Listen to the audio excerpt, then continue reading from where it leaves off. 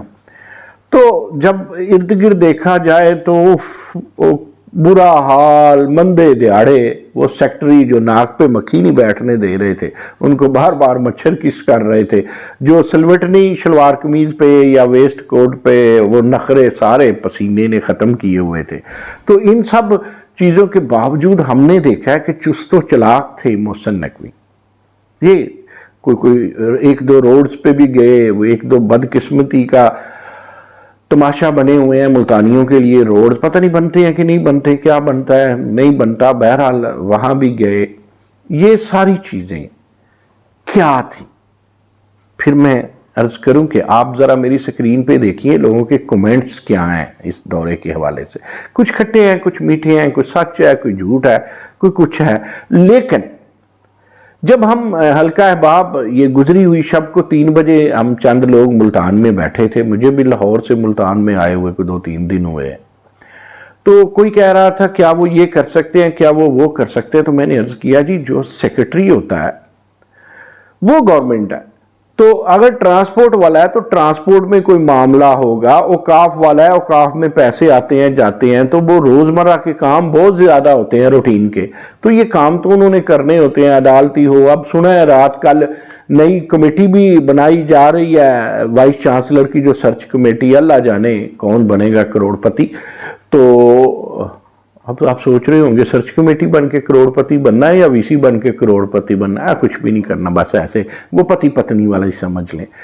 تو ان سب چیزوں کو اگر آپ دیکھیں تو دیکھیں 3 ماہ سے زیادہ ہو گئے، آئینی مسئلہ ہے یا دستوری مسئلہ ہے یا قانونی مسئلہ ہے، الیکشن تو ابھی دلی دورست، پھر آخر گلشن کا کاروبار بھی تو چلنا ہے۔ پنجاب 55% ہے جناب پاکستان کا، اور محسن نقوی ملتان کی وکٹ پہ بہت خوبصورت کھیل کے گئے ہیں، اور جو بیزاریاں تھیں بیوروکریسی میں انہوں نے بھی ایسا، کچھ لوگ تو رات کہہ رہے تھے کہ شہباز شریف یاد آ گئے، لوگوں کو شہباز شریف وزیر اعلیٰ یاد آ رہے تھے، اور ہم اپنی کمر پہ جو مہنگائی نے بوجھ ڈالا اور جو تھپیڑے مارے چہرے پہ مہنگائی میں، ہمیں وہ وزیر اعظم شہباز شریف یاد آ رہے تھے۔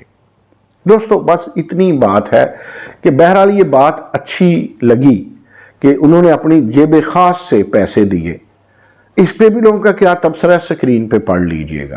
کچھ نہ کہہ کر بھی بہت کچھ کہہ دیا کرتے ہیں لوگ، خاموشی بھی ایک طرز گفتگو ہے۔ دوستو لوگ یہ کہتے ہیں کہ محسن نقوی پیارے تھے آصف علی زرداری کے، وزیر اعلیٰ پنجاب بنے۔ ہم کہتے ہیں وہ ہر ایک کے پیارے ہیں، اسٹیبلشمنٹ کے، دکن کے، پہاڑ کے، لندے کے، چڑھتے کے، سینٹر کے، چھت کے، ہر منزل کے، ہر طرف کے اسٹیبلشمنٹ کے وہ چہیتے ہیں۔ مزے ہیں جی، پہلا تو ہوتا ہے نا 2 دن کی چاندنی پھر اندھیری رات، تو ان کے لیے چاندنی 4 5 6 7 دن کی بن جائے گی۔ ابھی لگتا ہے 3-4 ماہ رہیں گے، بلکہ زیادہ بھی رہ سکتے ہیں۔ جو نگران کھیل رہے ہیں ٹیکنوکریٹس، بیوروکریٹ، سابق اور سابق پروفیسر بھی مرکز میں، ان سے ان کی کارکردگی بہتر جا رہی ہے، لیکن ہم یہ کہیں گے کہ جب یہ بھرتیاں کریں گے تو جو بھی کہہ لیں ایک بلنڈر نہیں بھوگتا۔ وہ جو چینی سستی تھی وہ ایک دم 200 پہ جاتی ہے، اور کمپرومائز کر کے 140 پہ جا کے چینی مافیا جیت جاتا ہے۔ ملتان آنے سے پہلے لاہور یہ بڑی بونگی مار کے آئے ہیں وزیر اعلیٰ صاحب، چینی کو مستقل کر دیا 140 سے 160 پہ، یہ تو مل کا ریٹ ہوگا نا. تو یہاں کبھی چینی مافیا، کبھی سیمنٹ مافیا، کبھی مل مافیا، کبھی آٹا مافیا، اور کبھی کوئی مافیا، اور بعد کا وہ اشرافیہ. تو اشرافیہ کی اس حکومت کو ہم عوامی حکومت تو نہیں کہیں گے، لیکن ان تلوں میں اتنا تیل بھی نہیں ہے جتنا کچھ تلوں میں ہے. اتنا کوشش کر رہے ہیں محسن نقوی. ہم محسن نقوی کو یہی کہیں گے کہ محسن نقوی صاحب، آپ کو اجازت ملنے والی ہے الیکشن کمیشن سے، تو دیکھیے میرٹ پہ کیجئے گا، میرٹ پہ کیجئے گا، صرف اشرافیہ کی لاٹریاں ہی نہ نکالیے گا. آج کے لیے بس اتنا ہی، باقی مزید خبروں کے ساتھ کل ملتان کے دورے پہ اور بات ہوگی. شکریہ.